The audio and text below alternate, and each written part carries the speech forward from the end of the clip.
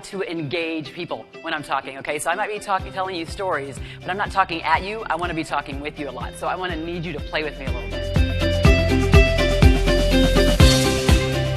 High-performing organizations don't exist without people.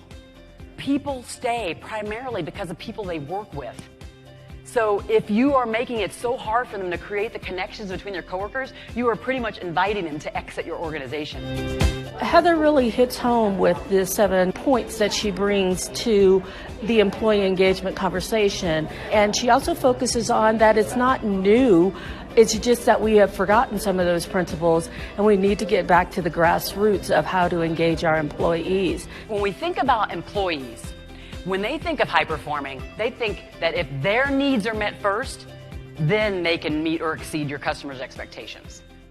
And I decided to really focus my efforts on being more of an external customer-facing advocate. And so I worked for organizations where I was the voice for the external customer, and I'd bring that back to the leadership, and I would be their voice at the table, which oftentimes both the customer and the employee do not have a voice at the table.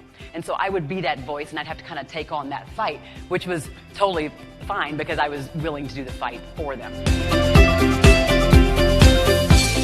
I haven't heard anybody that says they paid me really well. They gave me lots of gift cards.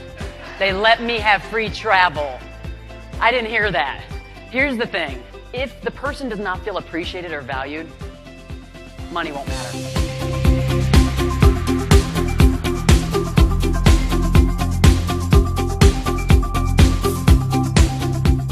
I really enjoyed Heather's presentation. I've always had a passion for employee experience, employee engagement, and in my current role as an HR coordinator, I feel like there were a lot of takeaways that I could bring back to my organization, just in how she hit on everything that I love about HR, and I really enjoyed the presentation. If you ever left a position because you absolutely hated it, raise your hand for me if it was because of your supervisor or your manager. Okay. So that's about right. Sometimes it's 50 to 60%, sometimes it's 70%, it depends on the room. People receive a dopamine boost in their brain when they give and receive recognition. So it really says we should be doing more of it. And this also says that we should be doing more of it. 90% of employee experience is driven by emotions.